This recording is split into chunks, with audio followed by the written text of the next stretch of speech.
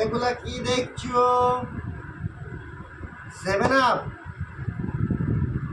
মাজা, স্প্রাইট, কিচ্ছু নাই এর ভেতরে। এর ভেতরে আছে জল। এই জল খেয়ে হবে শরীরের উপকার। উপকারটা কি?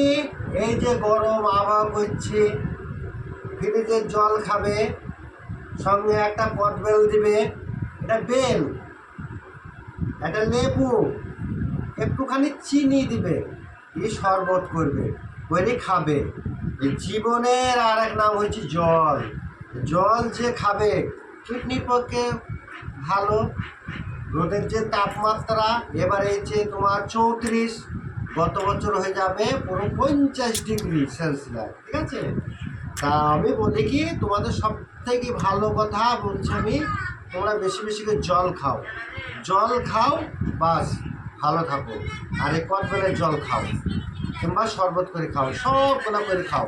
হ্যাঁ, ভিডিওটা যদি ভালো লাগে তা একটা লাইক, একটা কমেন্ট, আর চ্যানেলটা একটু সাবস্ক্রাইব করে দিও যদি ভালো লাগে। আর না লাগে তাহলে কোনো ব্যাপার নয়। ওকে, থ্যাংক ইউ।